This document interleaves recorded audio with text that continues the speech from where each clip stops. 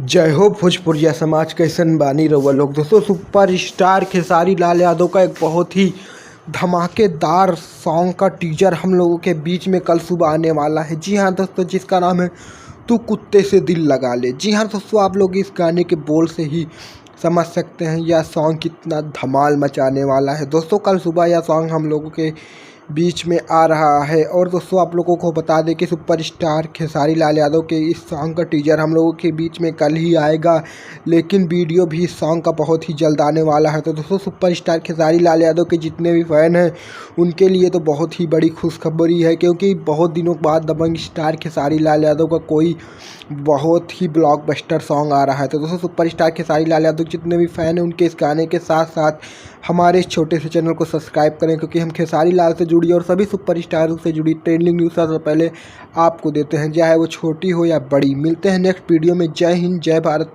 जय भोजपुरी जहान।